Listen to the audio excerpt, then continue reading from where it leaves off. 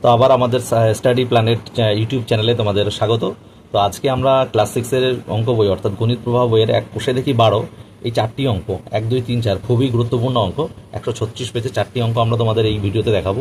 4টি অঙ্কই গুরুত্বপূর্ণ এবং খুবই ইম্পর্টেন্ট, কারণ আমাদের ভবিষ্যতে কিন্তু এই অঙ্কগুলো আমাদের কিন্তু ভীষণভাবে চাকরি পরীক্ষার ক্ষেত্রে ভীষণভাবে লাগবে।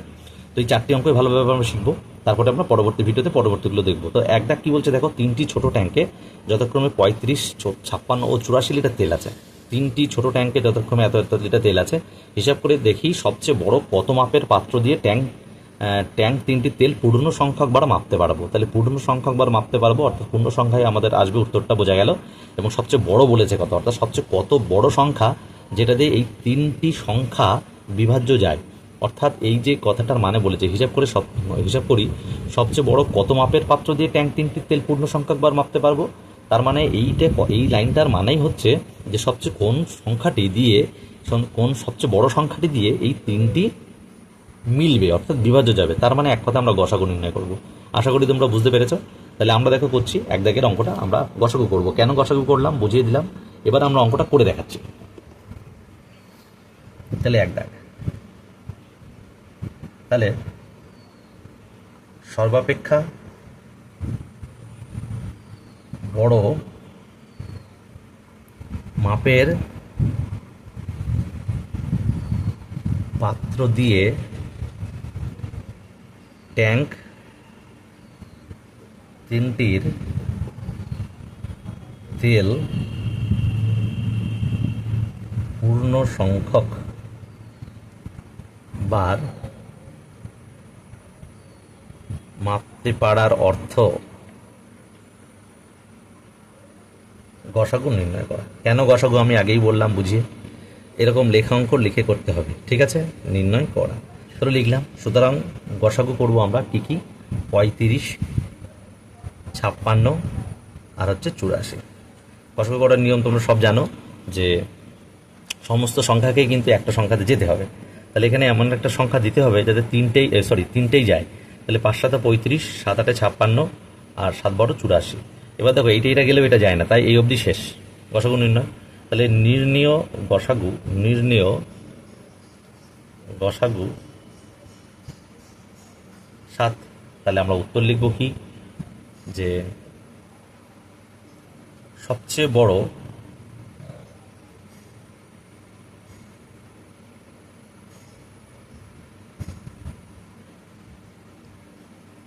মাপের পাত্রটি আয়তন 7 লিটার হবে। ঠিক আছে, তাহলে এই অবধি উত্তর শেষ এবং অঙ্কটা শেষ হলো। আশা করি তোমরা বুঝতে পেরেছো। তারপরে 2 দাগে, আমাদের স্কুল হল ঘরের দৈর্ঘ্য 2000 সেন্টিমিটার এবং প্রস্থ 1600 সেন্টিমিটার। হিসাব করে দেখি সবচেয়ে লম্বা কত দৈর্ঘ্যের ফিতে দিয়ে ওই হল ঘরের দৈর্ঘ্য এবং প্রস্থ দুই দিকে পূর্ণ সংখ্যায় মাপতে পারবো। তার মানে এখানেও সেই একই কথাই বলেছে, এই আগের এই অঙ্কটা অনেকটা একই, মানে একই, এখানে শুধু কথাগুলো আলাদা, কিন্তু আমাদের একই করতে হবে। বলেছে সবচেয়ে লম্বা কত দৈর্ঘ্যের ফিতে, তাহলে সবচেয়ে লম্বা হচ্ছে গসাগু নির্ণয় করবো, সেই সংখ্যাটাই সবচেয়ে গসাগু হবে। সবচেয়ে বড় সংখ্যা যেটা দিয়ে এটা মিললে বিভাজ্য হয়ে যাবে, মানে ভাগ করলে মিলে যাবে। তাহলে আমরা লিখব কি, 2 দাগের অঙ্ক,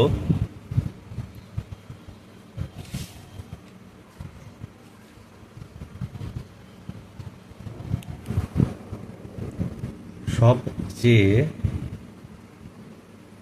লম্বা ফিতে দিয়ে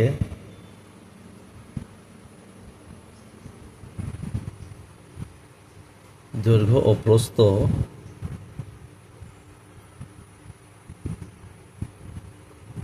দুদিকে মাপতে হলে গসাগু নির্ণয় করতে হবে। ঠিক আছে, তাহলে এবার আমরা করব, কত সেমি ছিল, 2000 সেমি আর 1600 সেমি।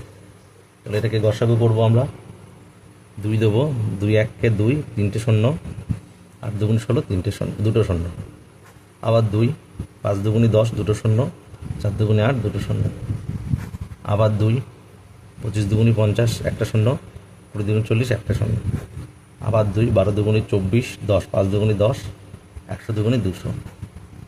এবার দেখো 5 5 2 10, 5 5 25, 5 20 100, 5 5 25, 4 5 20।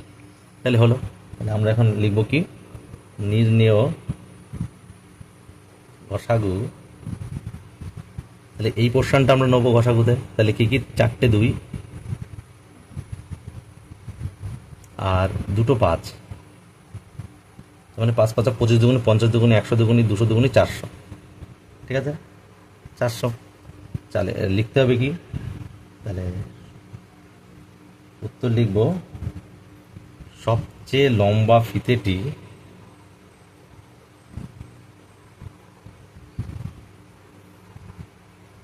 দৈর্ঘ্য হবে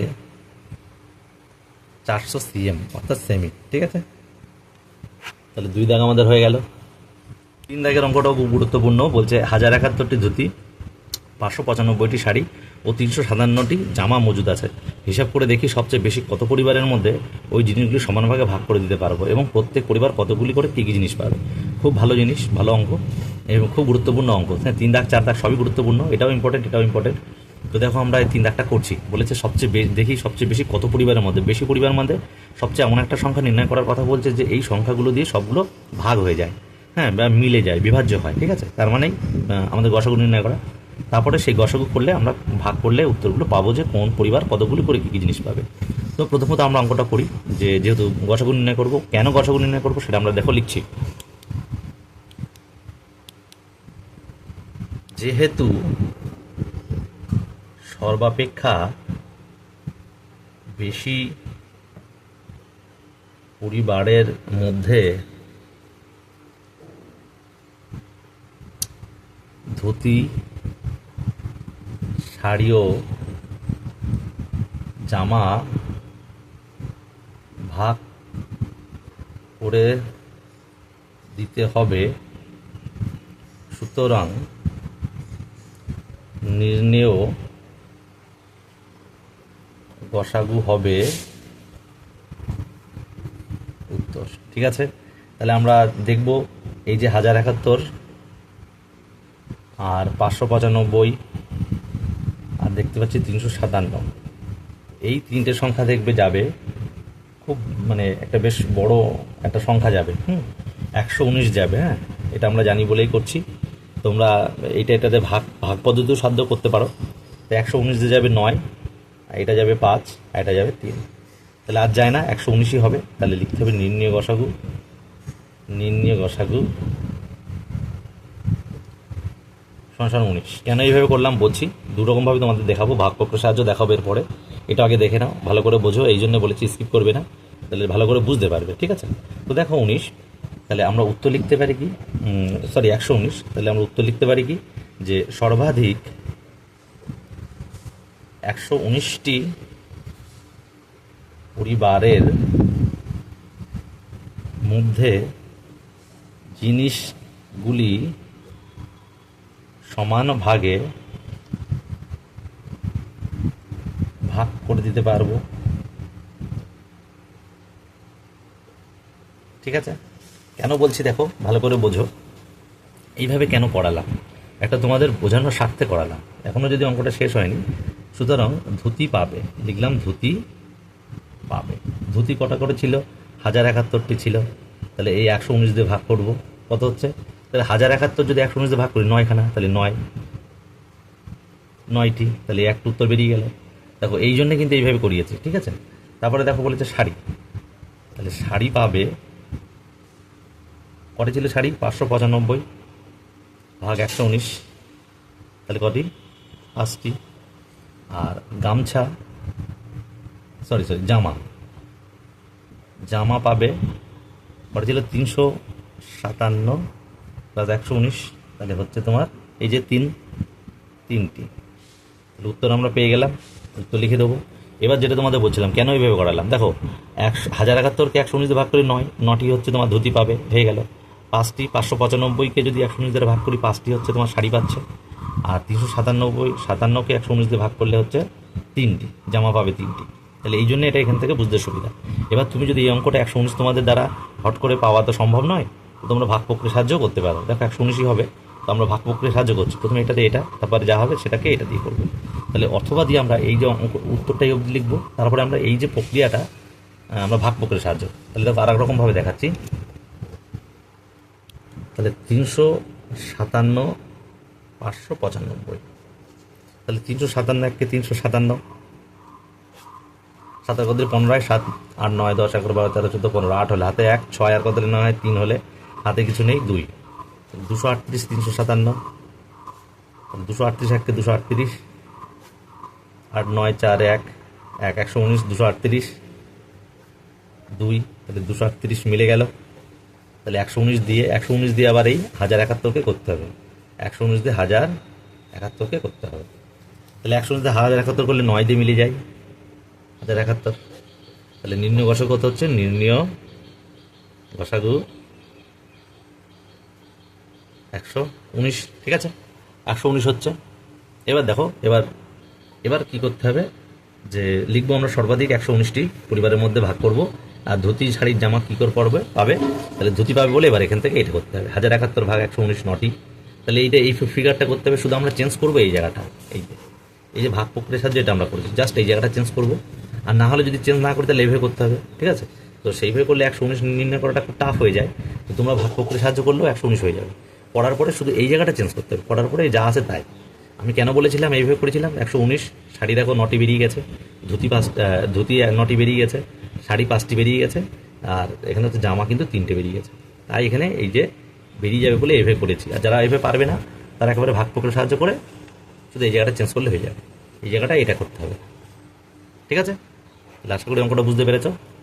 3 দাগ আমাদের কমপ্লিট হয়ে গেল। চলো নেক্সট 4। তো 4 দাগে কী বলছে দেখো, 4 বলছে একটি ইঞ্জিনের সামনের চাকার পরিধি 1 মিটার 4 ডেসিমিটার এবং পেছন চাকার পরিধি সামনের চাকার পরিধির 2.5 গুণ।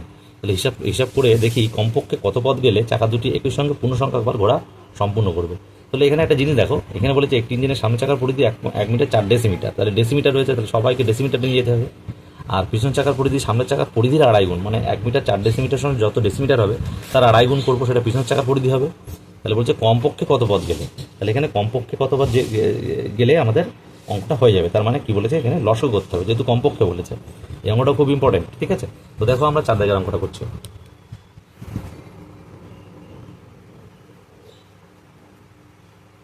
তাহলে আমরা লিখব ইঞ্জিনের সামনের চাকার পরিধি 1 মিটার 4 ডেসিমি। তাহলে মিটার থেকে ডেসিমিটার যাব, তাহলে বাম থেকে ডানে যাব। এই অঙ্কগুলো আমরা তোমাদের ক্লাস 4-এ দেখিয়েছি। মিটার ডেসি, তাহলে 10 দিয়ে গুণ করবো, 10 ডেসিমি, তাহলে 10 ডেসিমি 1 কে 10 ডেসিমি, 4 ডেসিমিটার আমরা যোগ করব, 14 ডেসিমি, ঠিক আছে। 14 ডেসিমিটার হলো। এবং সুতরাং ইঞ্জিনের পিছনের চাকার পরিধি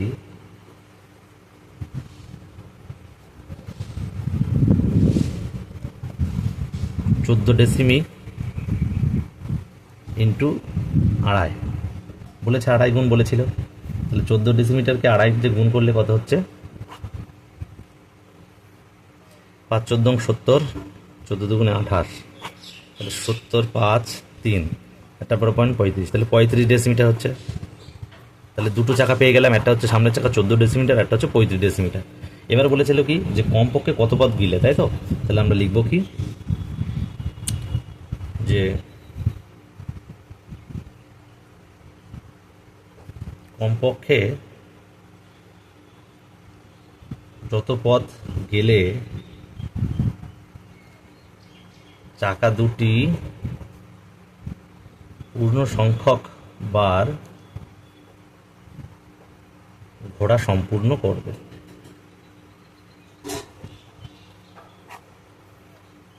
অর্থাৎ নির্ণীয় লসাগু হবে উত্তর, ঠিক আছে। তাহলে আমরা করব লসাগু করব, তাহলে 14 আর 35-এর লসাগু করবো। 7 দুগুণে 14, 5 7 35, তাহলে নির্ণীয় লসাগু 7 গুণ 2 গুণ 5, 7 গুণ 14, 5 14 70, তাই তো 70 হবে। তাহলে উত্তর লিখবো কি, কমপক্ষে 70 ডেসিমিটার পথ অতিক্রম করলে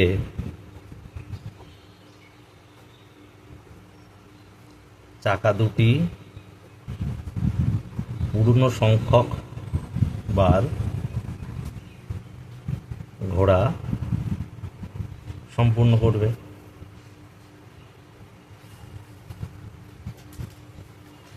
উত্তর হয়ে গেল। তাহলে আমাদের দেখো সম্পূর্ণ অঙ্কটা ভালো করে দেখো, ইঞ্জিনের সামনের চাকার পরিধি বার করেছি, পিছনের চাকার পরিধি তার 2.5 গুণ 35 হয়েছে। তাহলে কমপক্ষে যত পথ গেলে চাকা দুটি পূর্ণসংখ্যা করে সম্পূর্ণ করবে, মানে লসাগু নির্ণয় করতে হবে। লসাগু নির্ণয় করেছি, তাহলে লসাগুটাই হচ্ছে নির্ণয় উত্তর। তাহলে কমপক্ষে 70 ডেসিমিটার পথ অতিক্রম করলে চাকা দুটি কিন্তু পূর্ণসংখ্যা করে ঘোরা সম্পূর্ণ করবে। এগুলো কিন্তু খুব ইম্পর্টেন্ট। তো আজকে এই অবধি, দেখা হচ্ছে নেক্সট ভিডিওতে।